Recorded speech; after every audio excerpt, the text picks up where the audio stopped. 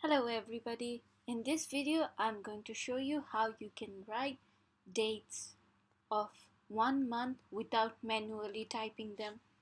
For example, we choose the month January of 2021, 1st of January. Okay, we'll write date first in this column, and then we write 1st January 2021.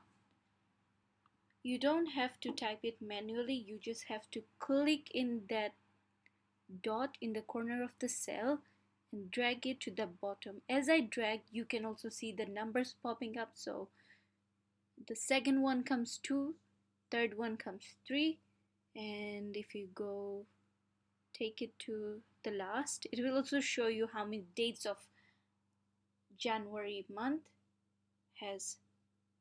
So this one has January has 31st. See, it's very easy. 1 2 3 4 5, like that. Thank you for watching the video.